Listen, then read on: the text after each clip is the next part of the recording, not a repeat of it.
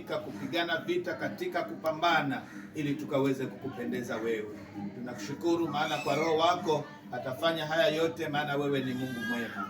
Katika jina kule Yesu Kristo tumeomba na kuamini. Nitaomba leo nianze na kusema hili. Ukristo wa siku hizi umekuwa na mambo mengi ambayo kidogo wakati mwingine tunashindwa kuyawekelea katika mahali ambapo ni kwake. Na wakati mwingi sana tunapokaa katika ulimwengu, kuna vitu vingine vinatufanyisha tuogope, vitu vingine vinatufanyisha tujitie moyo, vitu vingine vinatufanyisha tujitie nguvu. Lakini hatimaye kuna hali ya uoga ambayo huwa iko. Na wakati mwingi sana huu uoga huwa hauangalii mkubwa, hauangalii mdogo, hauangalii yule ambaye ako na pesa, yule ambaye hana pesa, hauangalii mtu yoyote. Lakini uoga ukikuingia, hata kama ni mwanajeshi, pia nao unakuwa na uoga na unatoroka katika hali ambayo hata wengine watakushangaa. Na mchana huwa leo naomba tu Bwana akaweze kuongea nasi. Kuna mambo kadha wa kadha ambao wakati mwingine tunahisi ya kwamba hata huenda Mungu hayuko katika hilo jambo, na wakati mwingine tunaogopa kwa sababu ya atmosphere, vile mazingira yanavyokaa, anga zinavyokaa, tunakuwa na uoga na tunafikiria kwamba tukimake another step basi tumemalizika. Na wakati mwingi sana tunaposoma neno la Mungu linatufariji, linatutia nguvu, lakini tukiondoka tu kwa hilo neno, tukienda mbele kidogo, tunakuta kwamba tunaishiwa na nguvu. Nitaleta hali hii ya kwamba kule ndani kule kwa Wagiriama kwetu tunapokaa, kuna watu wengi sana wametegemea miungu ya kigeni, yani miungu ya tusemeje, miungu ya Baali, miungu ya kigeni, miungu ambayo ni ya kule kwingine. Na wengine wameeka miti kuwa ni mahali ambapo they can worship, wanaweza wakaabudu. Na hiyo miti pengine ni mkubwa, kama ni mbuyu, kama ni mwembe, kama ni mkorosho, wameweka hivyo. Hatimaye kuna hali ambayo kama tuseme sahihi, hawa wa China wamefika hata huo upande wa kwetu na wanatengeneza mabarabara. So wazee wanakaa wanasema kwamba lakini mwambieni Mchina huo mti huo kutoka mababu zetu tulikuwa tukiabudu hapa. Sasa Mchina anaangalia, tunataka barabara, wao nataka maabudu. Sasa kiupande mwingine wanaogopa huenda Mungu wao akatatizwa. Wanaogopa huenda mahali kwao kwa ibada kukatatizika. Wanaogopa hata, nilikuta hata Wakristo wengine ambao wanaingia kanisani wanasema ya kwamba lakini huyo Mchina akiharibu huenda Mungu akamharibu yule ambaye anaabudiwa kwenye huo mti. Sasa unakuta Mchina asubuhi anakuja na tingatinga, anakuja anang'oa ule mti, anaenda vizuri, anaweka kwa mto na unakaa kule. Sasa huku nako wananchi wanasema jambo Mchina ataamuka kweli? Asubuhi anarudi tena na tingatinga, anachimba barabara. Sasa huku wanasema hii ni mahali tuna maabudu. Mchina naye anasema hapa lazima barabara ipite. Sasa tunavyosema ile mibuyu yote ya upande wa kwetu kule imelainishwa na kuna barabara ya lami na hakuna Mchina ambaye alikufa hata mmoja. So uoga wao wale watu wa kwetu wanasema Mchina atakufa siku moja, maana alihamisha alihamisha Mungu akaenda akamtupa. So Mchina atakufa. Lakini huenda wakangojea miaka kabla Mchina hajafika siku zake za kukufa. Lakini barabara zinatengenezwa. What I mean, katika Ukristo wetu tunamwamini Mungu, lakini wakati mwingine ni kama tunataka tumsaidie Mungu. Upande wa pili tunamwamini Mungu, lakini upande mwingine tunasema katika nguvu za kufanya hili sidhani kama anaweza akafanya. Na huenda ikawa katika akili zetu ama mafikiro yetu tunaamini ya kwamba tu ni Mungu wa upande. Lakini mchana huwa leo huenda hata maabudu yetu tunaabudu halfway kwa sababu hatujamuelewa Mungu fully. Na ninaomba hivi, Biblia inasema ya kwamba ametuokoa, ametuweka huru na ametufanya tuwe huru, na huru kweli kweli kabisa, yaani huru kabisa. Ndio maana Mkristo akipata hilo jambo la huru kabisa, anasimama nalo hata kudefendi imani yake, anasimama nalo kudefendi injili ya Bwana, anasimama nalo na kumpatia Mungu utukufu mahali popote pale, iwapo amewekwa huru kweli kweli. Ninataka tu nilete historia fupi kuhusu hapa mahali kabla sijafikia mahali ambapo tunataka tutembee. Yesu Kristo alikuwa juu mbinguni, na hangekuja kama malaika ama hangekuja kama Mungu vile tunavyosema, kwa sababu mwanadamu akili yake ni lazima iingizwe hatua kwa hatua. So Bwana akaamua azaliwe na mama au na mwanamke, alelewe, aonekane, lakini tunavyovielewa ni kwamba yeye akiwa 100% Mungu, akawa 100% mwanadamu. So akiwa mwanadamu amezaliwa, akiwa mwanadamu amelelewa, na baada ya hapo tunakuta huduma yake inaendelea. Kile kitu ambacho Yesu Kristo alikuja kufanya hapa duniani ni kutafuta kuokoa kilichopotea. Kutafuta kuokoa kilichopotea. Ile kitu ambacho mwanadamu wa sahihi ameng'ang'ana kutengeneza ni kutengeneza kitu ambacho yeye mwenyewe atakiona, na yeye mwenyewe atakishuhudia, na yeye mwenyewe baada ya kukielewa atakifuatilizia.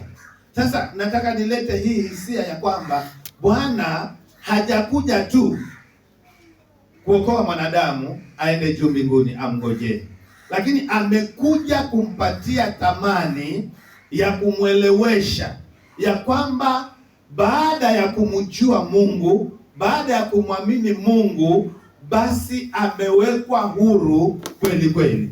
Na Biblia inasema ya kwamba hajahesabiwa haki kwa matendo yake.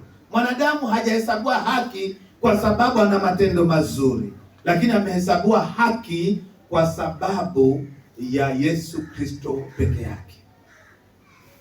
Nataka nilete hii hali kwa sababu ulimwengu wa sahihi umezungusha sana mambo ya neno la Mungu, na huenda hata wakati mwingine tunaelewa kiupande ya kwamba kama ni haki kweli, mbona tunakaa hivi tulivyo? Lakini tunakaa hivi tulivyo kwa sababu tunangojea. So Yesu Kristo akaja akaweka mwanadamu huru. Yesu Kristo akaja akamuokoa mwanadamu. Yesu Kristo akaja akabadilisha, kwa sababu Adamu wa kwanza ambaye ni Adamu alipozaliwa, alipoumbwa akazaa kilicho na dhambi ambayo ni mimi na wewe. So huyu Adamu wa kwanza alikuja akatuwekelea dhambi. Adamu wa pili ambaye ni Yesu Kristo amekuja kutuokoa katika hiyo dhambi. So amekuja wa kwanza kutuweka katika dhambi, wa pili amekuja kutuokoa katika hiyo dhambi ili tuwe huru mikononi mwa Mungu. So Paulo akasema ya kwamba sio mimi ninayeishi, lakini Kristo anayeishi ndani yangu. So wewe na mimi hatufanyi kwa sababu tunajua, hatuabudu kwa sababu tunajua, hatufanyi kazi ya Mungu kwa sababu tunajua. Tunachokifanya ni kile Yesu anataka tukifanye, ndio tunakifanya. Sijui kama nimeeleweka. Tunachokifanya sisi ni kile Yesu anataka sisi tukifanye, tunakifanya. Na hii ni kwa ajili tu peke yake ya utukufu wa Mungu. Ndio maana tunaambiwa kwamba katika Biblia we glorify our God through our bodies. Vile ambavyo tunafanya, hata ile mchango ambao tumekuwa nao hapa, ile ambayo hata wakati mwingine tumeambiwa tuimbe, wakati mwingine tumeambiwa kwamba tutoe sadaka, hatufanyi kwa sababu tunaweza. Tunafanya kwa sababu yule aliye ndani yetu ni ibada kwake. Tunafanya kwa sababu yule aliye ndani yetu anastahili apewe utukufu. So tunampatia utukufu kwa sababu yeye anakaa ndani yetu, ametoa hali ya dhambi. Hatuhesabiwi tena katika dhambi, tunahesabiwa katika haki yake. Mwanadamu hajakuwa na sheria mwafaka ya kumsaidia, na sheria Mungu ambazo ameziweka Kila mwanadamu amepiga pindu, akapiga mieleka na baadaye akahalifu tu sheria. Lakini Yesu kwa sababu alijifanya kuwa laana kwa ajili yetu, amezikufia sheria, ametupa neema. So maisha tunayoishi mimi na wewe, tunaishi kwa neema ya Mungu. Kuamka kwetu kwa neema ya Mungu, kufanya kazi kwetu kwa neema ya Mungu. Kila kitu tunachokifanya chote tunategemea neema ya Mungu. So si kwa uwezo wetu, si kwa nguvu zetu, lakini yule aliye ndani yetu anatufanya tufanye yale yanayokabilisha utukufu wa Bwana. Ndio maana unakuta ya kwamba hata yule ambaye ni mlevi kule nje, okay, anatamani mazuri kama wewe. Ndio maana wakati mwingine mkiingia kanisani, ukitoka kule akikuona uko nataka kuambia mchungaji, hata siku moja nitakuja huko. Yaani anatamani lakini hawezi. Na mimi na wewe ambao Bwana alituonea huruma kwanza, ametufanya kuwa wake. Ndio maana sio sisi tunaoishi, lakini Kristo anayeishi ndani yetu. Sasa nikuje hapa ya kwamba mbele za Mungu tunahesabiwa namna gani? Wakati mwingine tunakuja hapa na kusema ya kwamba sisi ni wenye dhambi. Baada ya kumkiri Kristo, Bwana ameondoa ile dhambi asili, yani the original sin ambayo Adamu alituweka ndani yetu. Bwana alikufilia hiyo dhambi, akamalizana na hiyo dhambi, na Mkristo yoyote ambaye amemkiri Yesu, yeye ako huru. Ametoka mautini, ameingia uzimani. Nataka nieleze kidogo hapo. Mungu akaweze kuitwa mwenye haki, lazima afanye haki. Ndio maana hata majaji wetu kule kotini, kuna wengine wanapokea hongo, kuna wengine wanaingizwa na mlango wa nyuma, na ambayo hii kesi iko hivi, lakini wewe tuangalie tu, tupitishe hii kitu. Anapokea pale, na akifika pale, mama mzee pale, kiwanja chake kinaenda, anabaki hana utetezi kwa sababu jaji amechukua hongo. Lakini sina Mungu. Mungu anaitwa mwenye haki na mwenye kumtetea yule ambaye amemwamini, amfanye kuwa wa haki. Yeye akiwa ni wa haki, anahukumu kwa haki, na mwenye kumtetea afanye haki yule ambaye amemwamini. Hajaishi kwa haki yake, lakini anaishi kwa haki ya Mungu. Ndio maana anamtetea katika hapo, ili amuelezee ya kwamba sasa, mwanangu, kutokana na asili ya dhambi wewe uhuru. Mwanangu, kulingana na asili ya dhambi mimi nilimalizana na hiyo kesi, kwa hivyo wewe uhuru, na uko huru kweli kweli. Hivi ndivyo ilivyo kanisa la Bwana, ya kwamba wakati ule parapanda itakapolia, sote tutakusanyika, na baada ya kukusanyika tutaenda kutoa hesabu mbele ya Mungu. Na nilikuwa nikijiuliza hii hesabu inakaa namna gani, lakini hii hesabu ni rahisi tu, ya kwamba tumemwamini Kristo na imetosha. Ile ambayo itapimwa ni kazi ambayo tunaifanya, huduma ambayo tunaifanya, itawekwa mizani, tupate taji, na hiyo iwe imeisha. Mstari wa 26 katika the book of Romans inasema ya kwamba, ni rusuni nisome hii Kiingereza yangu kwa sababu nataka nielezee mambo kidogo. To demonstrate at the present time his righteousness, that he might be just and the justifier of the one who has faith in Jesus Christ. He is just, yeye ni wa haki, and justifier, ambaye anafanya yule ambaye hana haki awe na haki. Hivi ndivyo ilivyo desturi ya watu ambao hawajui ukweli, na desturi ambao watu wanajua ukweli. Kwa yule ambaye anajua ukweli, anajua anaishi kwa imani, na yule ambaye hajui ukweli anaishi kwa nguvu ama kwa uwezo wake. Sasa kwa wale ambao wako katika imani, wanaishi kwa imani, hapa ndio mahali ambapo tupo, ya kwamba Yesu akasema ya kwamba nimemalizana na kazi yote pale msalabani, nimemalizana na uchungu wa dhambi pale msalabani, nimemalizana na uovu wote pale msalabani. Kilichosalia ni mimi niishie ndani yao, nikaweze kufanya kazi pamoja nao. Ndio maana wakati mwingi hata maombi yetu inakuwa rahisi. if we pray in the spirit, tunaomba tu maneno 1 2 3, Mungu anasikia na anatenda. Juzi tulianza maombi ya siku 50 na sasa hivi tuko wiki ya 5. Hizo siku 50 tulipoanza wiki ya kwanza na ya pili, tulikuwa tukiomba daily in the church. Watu wakashangaa wakasema, kwani AIC kutoka lini ikawa na revival? Tukawaambia ni wakati wa mwisho, ndio maana Roho ameshuka. Na kwa sababu ni wakati wa mwisho, Roho ameshuka, lazima hata vijana wataongea kwa ndimi safari hii. Sasa nikasikia wale watetesi wetu ukimwambia bishop ya kwamba AIC Mnarani imebadilishwa ikawa ya Pentecostal kwa sababu wako na maombi daily. Nikamwambia wafikishieni ujumbe, hata huyo bishop naye afikishie ujumbe ya kwamba kama kuomba ni vibaya, basi tusitakiwe mbele ya mahakama ya Mungu ya kwamba tunafanya dhambi tukimwomba Mungu. Lakini hatuna ibada mbaya. Saa 10 mpaka saa 12 ibada inafungwa, kila mmoja anaenda nyumbani. Hatutaki wamama wakosane na mabwana zao kwa sababu ya kupika, waende wapike na mapema. Na wale wengine pia wapike na mapema, tuabudu, tuende nyumbani katika hali ambayo iko sawa. Na tumemwona Mungu akifanya kazi. With as simple as this, ya kwamba tunamwelewa Mungu aliye juu na sisi tunajielewa tulivyo hali zetu, na tunamuomba lolote, Bwana anatenda. Mwingine akasema ya kwamba niliingia hapa, na nilipoingia hapa nilikuwa na uvimbe, hata ilikuwa niende nitolewe, lakini baada ya maombi nasikia hamna tena huo uvimbe. Alipenda hospitali, akaambia kwamba wewe unaomba Mungu, akaambia basi huyo Mungu uliyemuomba amekusaidia, kwa sababu hii ugonjwa inaonekana sasa hii inakuwa ya polepole ikienda.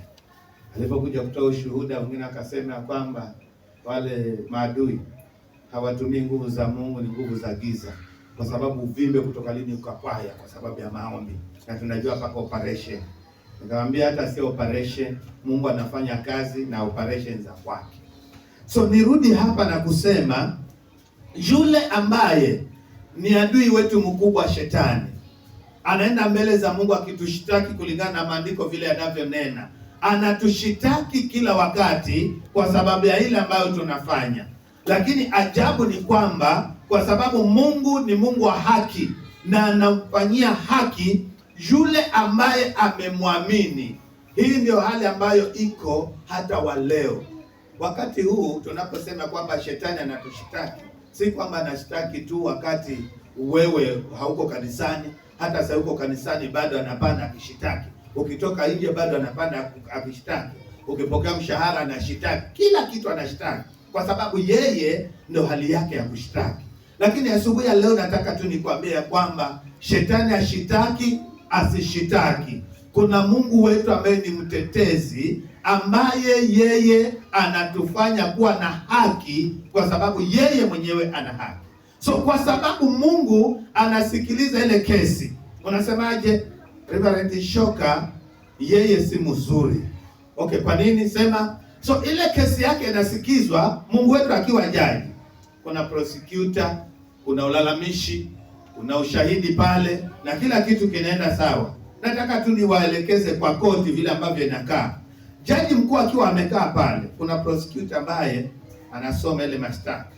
So kesi number 1 ni kanisa la Kristo ambalo liko chini duniani. Liko namna gani? Limemwamini Mungu lakini linatenda maovu. Sawa, tunasikiliza.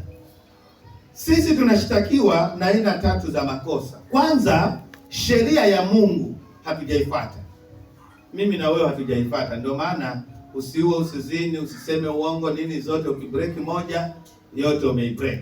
So wewe na mimi hatujaifanya. Shetani naye anajua hawajafanya. So kule anaripoti ya kwamba hawa hawajafanya sheria yako, wanastahili jehanamu. Hiyo ndio shtaka. Shtaka ya pili ni conscience zako. Hata mtoto mdogo, zile dhamira za kwako ulizo nazo, hata mtoto mdogo akiiba chumvi, akiiba sukari, akiiba tamtamu, ukimwangalia kwa macho anaangalia chini akisema huenda mama amejua ama baba amejua. Sasa ile dhamira ambayo iko kwa mtoto, mimi na wewe tuko nayo. Hata wakati tukifanya makosa, dhamira yetu inatuhukumu ya kwamba hapa hujaenda sawa, hapa uliaga ni saa 2 umefika saa 4, hujaenda sawa. Hapa ulisema kwamba utatoa, hujatoa, hujaenda sawa. Kwa hivyo ile dhamira shetani nayo anaipeleka kama kesi kule mbinguni. Na kitu cha mwisho kabisa ni hali yako ya wanadamu. Ile ya asili Mungu alifilia, lakini asubuhi mpaka jioni bila kutenda dhambi ni uongo. Ndio maana hali yako ya mwanadamu, hali yangu ya mwanadamu, shetani nayo anaiwekelea juu. Kile kitu Mungu anachofanya, mashtaka yanasomwa, halafu wanaulizana pande kule kwingine. Wewe uko na wakili, Mkristo ako na wakili wake ambao ni Yesu Kristo.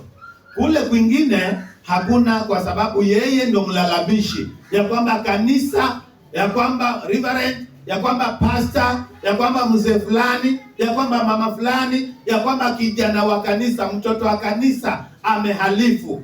Yule mlalamishi anaendelea na kesi. So anauliza, hawa kama wamefanya haya yote, mbona mimi unihukumu na hawa usiwahukumu? Lakini Yesu kwa sababu amevaa utu wetu, anasimama na anasema, lakini ninasimama kwa niaba ya reverend fulani, kwa niaba ya mzee fulani, wakati nasimama kwa ajili ya kanisa la Mungu. Niko hapa nitetee hao ambao wako. Sasa ni kweli, kwa sababu Mungu angesema ya kwamba unaitwa nani? Reverend. Hii kesi yako reverend, toka hapa, wewe nenda kwa sababu unahubiri. Mungu hawezi akafanya hivyo. In fact angefanya hivyo Mungu, tungesema Mungu hana haki. Ndio maana hata kule kotini jaji hawezi akasema, rafiki yangu umekuja umeshtakiwa na nini? Ni wewe. Fanya hivi, wewe nenda tu nyumbani, nimekuachilia huru. Hata yule ambaye analalamika angesema, jaji hujafanya vizuri, hapa hujatembea vizuri. So kule kutembea vizuri ni huyu umhukumu na makosa yake vile yalivyo. Sasa Mungu naye anaangalia, amesoma mashtaka. Wakili unasemaje? Huyu unayemwona hapa ni kweli, jambo la kwanza ametenda makosa. Hiyo sikatai. Huyu ametenda makosa. The first Adam alipokuja alimuingiza kwenye makosa. The second Adam ambaye ni mimi, nimemtoa kwenye makosa. So yuko na makosa, lakini nimemtoa kwa sababu yangu. Sasa lakini Mungu elewa, anastahili kufa huyu, anastahili kuingia katika mauti, kwa sababu mshahara wa dhambi ni mauti. Yesu anasema ni kweli, lakini hata mimi nilikufa kwa ajili yake. Sijui kama mnanielewa hii kesi. Yeye anastahili kufa, sawa.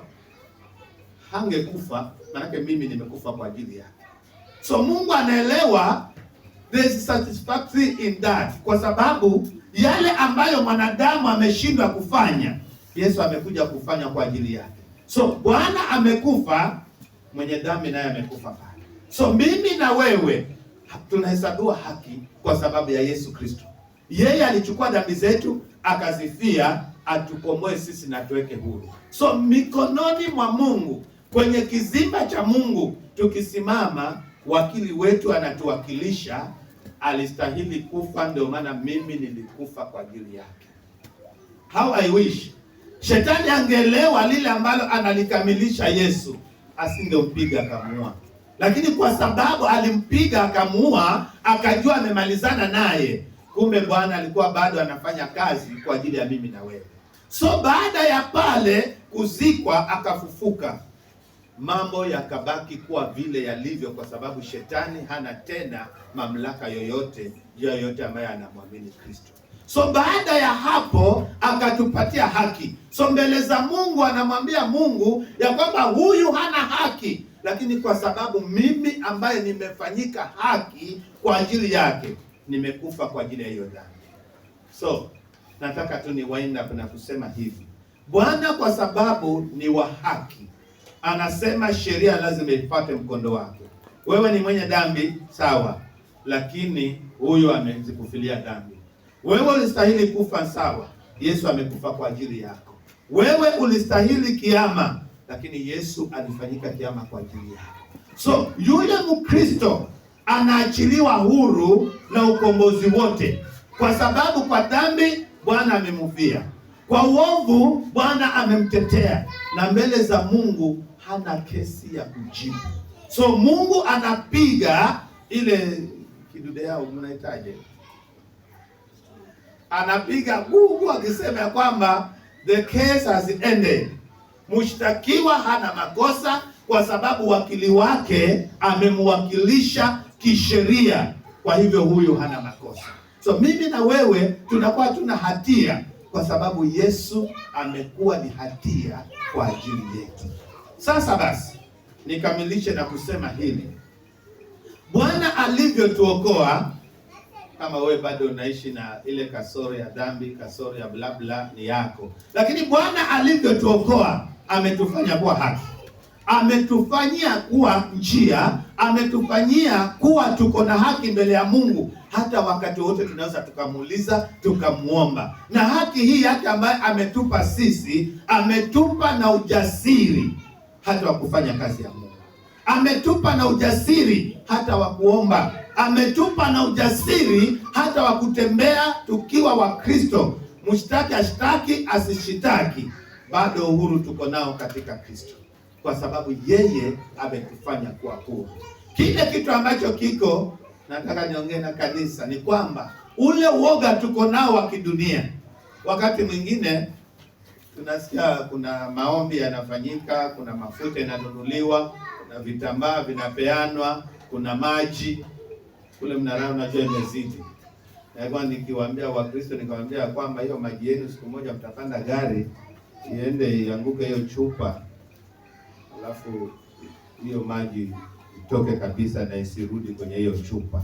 Unaenda tu kwa biashara, unamwaga chumvi pale, ukimaliza unamimina maji, unangojea nini, wateja. Hata maombi hakuna kwa sababu kuna chumvi. Ukiona huyu anakuja unamwangalia, huyu hayuko sawa, miro yangu inasema hayuko sawa. Unaenda unaosha na ile maji, unachukua kitambaa unaosha, unajipangusa, akiniangalia kwa jicho baya atashindwa, maana kitambaa kiko. Acheni niwaambie, si kitambaa. Ikiwa wewe umeokolewa na Yesu, uko huru kweli kweli. Na kwa sababu amemalizana na deni lako, hata shetani akikuona anakuogopa, kwa sababu hauko kwa ulimwengu, uko kwa Bwana. So ule uoga ambao tunakuwa nao hata katika biashara tuondoe. Uoga tunakuwa nao hata katika nyumba zetu tuondoe. Paka analia sema, wasikia? Leo hatutalala. Hiyo paka ni mbaya hiyo. Jana ninaona paka inaangalia hivi, naona hata hiyo kichwa inauma, ni hiyo paka. Huko tumetoka. Wale wa Kristo ambao wamemwamini Bwana, kwa Mungu amemaliza. Na unajua kama Mungu wako hajakumalizia, ulizia riba litakusaidie ili ukamilisho ufike, ya kwamba hata ukionana na mchawi msalimie vizuri, kwa sababu umeondokea huko mahali. Hata mkishake hands, mchawi hana lolote anaweza akakufanya, hana lolote anaweza akatengeneza nyumba yako, hana lolote, kwa sababu Bwana amekamilisha. By the way, wengi wa Kristo wanaomjua Mungu kiukweli kweli, anajua amekamilisha. Wengine hajakamilisha, kwa sababu mapepo lazima tupambane. Mtoto akianza kuugua sema huyu ni mchawi, yule ambaye anatuzunguka. Kwanza kule Barakwetu tukienda tukisalimia Christmas msimu huu, we usiingie kwa nyumba ile ya nyanya. Nyanya ni mbaya, hapo na madawa, usiingie. Waombee watoto waingie. Waombee watoto wakule sima na nyanya. Waombee watoto, kwa sababu Mungu wetu tunayemwabudu ametuweka huru, na uhuru kweli kweli. Hata wengine hata hatutaki kununua vibanda vya wengine, kwa sababu unasema kwamba tukienda tukinunua pesa zitachanganyikana, tutakuwa maskini. Mfuko wangu utaanza kutoka, sijui chuma uleta ataingia, na hapa kutakuwa ufukara. Acheni niwaambie, kama bado una believe on those things, bado hujawekwa huru. Ekwa huru kweli kweli, kwa sababu damu ya Yesu ilikamilisha kila kitu. Ni mambo ya uchawi, ni mambo ya kimapepo, ni mambo ya kimajine, achana nayo. Bwana alimalizana huko. Na ukisimama kama Mkristo, wengi watasema wewe ni mchawi, kwa sababu upande wao watashindwa kung'ang'ana na wewe na watakuachilia. Hajeni nimalize na kusema huu shuhuda ya kwamba wakati wowote unapoona mtu ambaye si mzuri, ukimwogopa, ndo adabu yako umejiwekelea. Utabeba mzigo usiku na mchana usioweza. Lakini nikuhakikishie mchana huwa leo ya kwamba kama Daudi alivyomwona Goliathi, hakuona Goliathi, aliona Mungu akiwa upande wake, Goliathi akiwa ni mtoto mdogo. Hivyo hivyo nawe chukua hali ya maisha kama vile Daudi alivyomwona Goliathi. Mwangalie mchawi, mwangalie yule ambaye ako na pepo, mwangalie wale ambao wanakusuta vibaya, waangalie na kuambia kwamba kwangu mimi, hata ukikata hivi unaona Yesu. Kwangu mimi ni Yesu. Hata kama kuna madawa itakuja sijui nini, kwangu mimi Yesu amenisaidia na niko huru. Kwa hivyo hata kula nao. Najua ninashinda. Nilimwambia mke wangu siku moja, nikienda kule Kilifi huwa siogopi. Wakinipeleka hoteli, naingia hoteli na rarua, natoka naenda zangu. Wananiambia kwamba lakini nangu wale wasikizi ni za mwisho. Hawa watu si wazuri, wanaweza wakakuwekea dawa. Ndio kwamba upande wa dawa nilitoka. Nilitoka. Dawa nakula, kesho na kusalimia. Sawa? Kama ni vitu utaniwekea mimi na kanyaga, kesho Bwana Yesu asifiwe na twende mbele na Injili. Nikamwona mwingine juzi ananiuliza bado uko hai? Nikamwambia ulikuwa na siku yangu ya kukufa. Hii mikononi mwa Mungu na sitakufa mpaka pale Bwana atakaposema kimeumana. Kwa sababu ya hiyo nataka niwaambie Wakristo wenzangu, simameni imara katika Bwana. Simameni imara mkimjua Mungu. Kwa sababu Bwana akiwa upande wenu, si Goliathi mtashinda, zaidi ya Goliathi mtawashinda, kwa sababu Bwana atawapigania. Bwana wabariki sana na kuwainua. Pole nimechukua zaidi ya muda, lakini Bwana asaidie sana. Upande huu mwingine, utakula nini, utakunywa nini? Acha Bwana. Tafuta kwanza ufalme wa Mungu. Many Christians wamepiga vita vyema kwa sababu wamemwelewa Mungu. Lakini kama hutamwelewa, utapiga na uoni kama unashinda. Elewa Mungu, vaa Bwana, piga vita vyema, ukisimama shukuru Mungu. Kwa sababu Bwana mwaminifu atakupigania na atakutendea yaliyo mapenzi yake. Bwana wabariki sana. Nimetamani kufika kwa muda mrefu, lakini kwa muda ndivyo hivyo. Bwana akipenda huwa ninafika kwa ule wakati anataka. So Bwana wabariki, na wapenda sana. Naona mnaongezeka na nasikia kwamba mtakuwa na ploti karibuni, tutakuja tujenge. Bwana wabariki sana.